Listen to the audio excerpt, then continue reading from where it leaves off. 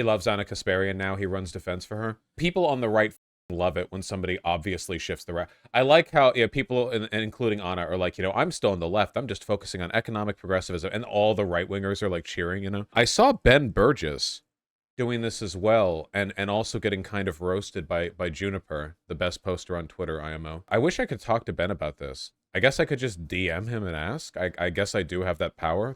That's a power that I have. Maybe I should. He wasn't really engaging with what Juniper said, though. Anna Kasparian is doing the whole, like, I'm not leaving the left. I'm just going to focus on real issues, like economic stuff, and leave aside the petty divisive identity politics, blah, blah, blah. And Ben Burgis is defending her, which is weird, because Ben Burgis is like a socialist. I know he has class reductionist tendencies, but Ben Burgis is not like a liberal, right? But Anna Kasparian's at most a liberal, and is moving away from that, too. So I don't know where the alignment is. And then Juniper asked, can you explain to me why trans people losing medical rights in states like Florida isn't a material issue? And Ben Burgis said, when on earth have I ever said such a thing? You're just making shit up. And then Juniper said, I was curious because you seem to be reducing what trans activists and people are talking about as, quote, identitarian scolding, as if Anna giving validity to right-wing framing of discourses of birthing people isn't identitarian. Her entire complaint comes from reactionary framing. Additionally, you are framing this as an issue of trans rights versus material issues when they are inextricably linked together, so I was wondering why you seem to separate them. And then Ben Burgis said, again, you're just making shit up. I never suggested it wasn't material. And then Juniper responded to that, and then Ben Burgis didn't respond to that. So it's like he's not even engaging with what she's saying. So I don't know what's going on. He's not even like engaging with the talking point here. I feel like you should always be really suspicious of lefties who go on the material issues diatribe, because all issues are material. There is no separation between identity and material issues, because people's identities are the axes along which they are materially discriminated against. Like, you can't argue, well, race isn't a material issue. What the do you mean? Race is like the anchor around which like 98% of like coded economic discourse in this country takes place. What do you mean? Like, basically every economic policy that's ever been made since the 1950s has been in some way, shape, or form like affected by racial politics. There's no, I mean, before the 1950s as well, but still, there's no meaningful separation here.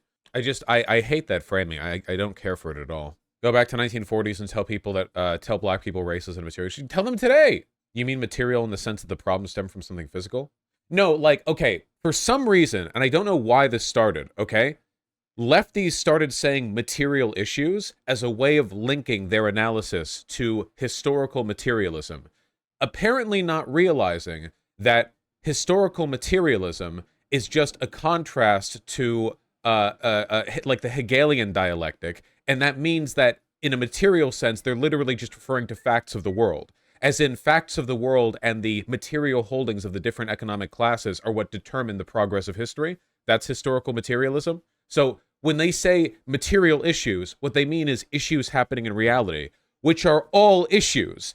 There are no issues happening outside of reality. What does that mean? Like, I don't know. They say like material issues, meaning like gas prices or something, but from a materialist frame point, all of this is like, it's not as though Marxist analysis of history would discount race as an axis of change. Like, that Marx wrote about this, so yeah, like I don't know why. Yeah, they issue, it's like, well, there's material issues and imaginary issues. There's no such thing as an imaginary issue. It's all material from a Marxist frame point.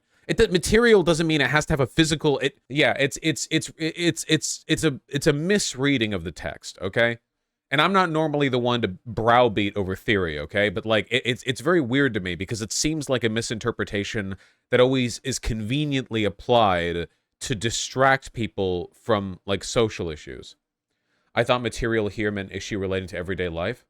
No, there's tons of stuff that even they would consider material that have nothing to do with everyday life, like, say, corporate tax law. And there's plenty of stuff that they would not consider to be material that does affect everyday life, like trans people in bathrooms, just whatever. For me, it just seems like a long-winded way for reactionary Marxists to go, oh, well, we don't have to care about this minority group because it's an identity thing. It's like a theory cloak that they can throw over an issue so they can go like, well, we're concerned with the real issues. Except by real, I mean Marxist. And by Marxist, I mean my interpretation of the text. I don't think that Ben Burgis is like super reactionary or whatever. I guess, I mean, he does have class reductionist tendencies though, so I don't know. What is not a material issue then? From a Marxist framework, anything that affects the world materially is a material issue, like literally anything. A gender identity in a vacuum in one's head is not a material issue because it's purely in the head. But then if there's like public discourse or debate over the nature of gender and the social meaning of that role, that is now a material issue because it's affecting the dynamic between individuals and class, right? You should just don't, the term material issues should not actually be used as like an anti-identitarian talking point. It doesn't track. Keep in mind, again, the term material in the Marxist context is just a contrast to the Hegelian dialectic, okay? Hegel, when he presented his dialectic, was arguing that synthesis was achieved between iterations of people's ideologies, that society was all about having an ideology and having that idea challenged and reified in different directions until the internal contradictions result in some superior conclusion, synthesis, right? Thesis, counter-thesis, synthesis, right? So that's the Hegelian dialectic. It's focused on ideas. So a Hegelian might say, we had an initial idea, right, which was American white supremacy, where white people are the only ones who can vote and own everything. But then we have a counter idea, which is the idea of like all men being created equal. So the contradiction between these two ideas clash against each other until eventually we arrive at synthesis, which is racial equality. And then Marx was like, that's stupid, dumbass. Hegel, stupid-ass piece of shit. Why did I listen to your lectures? Why did I read your shit? Ideas aren't what evolve. It's the material relations of the classes that evolve. People in America didn't get racial equality because the idea evolved. It's because different groups had different levels of power. They competed and fought, and it was the material engagement between those groups that allowed for that. We never would have had racial equality in the United States if it had been materially beneficial for all parties involved to maintain the oppression of black people. It was through the power and prominence of black people and the split between the North and the South, another material issue, and like so on and so on. And these things arose. These things brought about class conflict in literal warfare, literal military conflict. And that's what brought us eventually to what we're talking about today. You can look at the history of racial equality in the United States, and so much of the reason why the Civil Rights Act got passed, this is why it's bullshit when people say, who gave black people rights in America? White people. So maybe they should be thankful. If you look at the reason why things shifted, black people didn't get rights in America because white people just grew more enlightened with time. There was fighting over it. Internal and external pressure pushed against existing systems and eventually broke and bent things until racial equality was the more amenable idea. It was the material result of the conflict.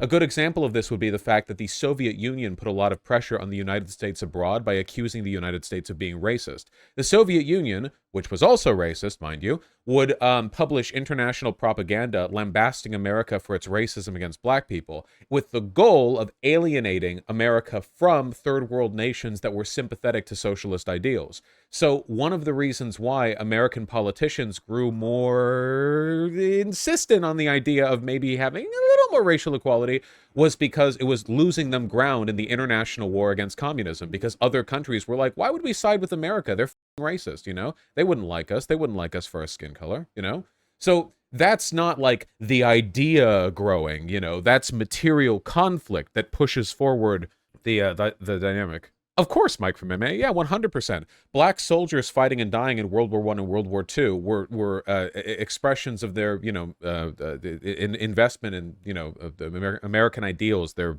participation in the nation as a whole. There's, look, okay, I'm sorry. I'm going off on a whole tangent here, okay? The point that I'm trying to get at is that Hegel is dumb and he writes too much, and he's probably an incel, and I don't care. And materialism is good. All right, sorry, okay.